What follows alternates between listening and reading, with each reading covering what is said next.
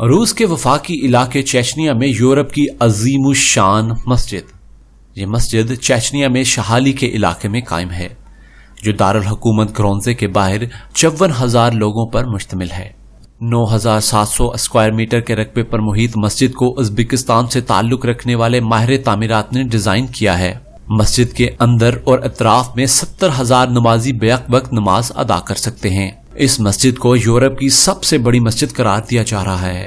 مسجد نبی آخر الزمان حضرت محمد صلی اللہ علیہ وآلہ وسلم کے نام سے منسوب کی گئی ہے.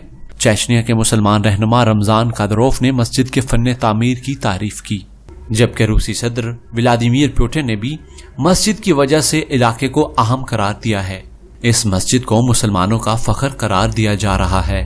مسجد کے اندرونی حصے میں انتہائی خوبصورت انداز میں نقش نگاری کی گئی ہے اور دیواروں پر قرآنی آیات کو کندہ کیا گیا ہے، جبکہ مسجد کے صحن کو خوبصورت پھولوں اور فواروں سے سجایا گیا ہے. علی قاسمی، newsalert.com.pk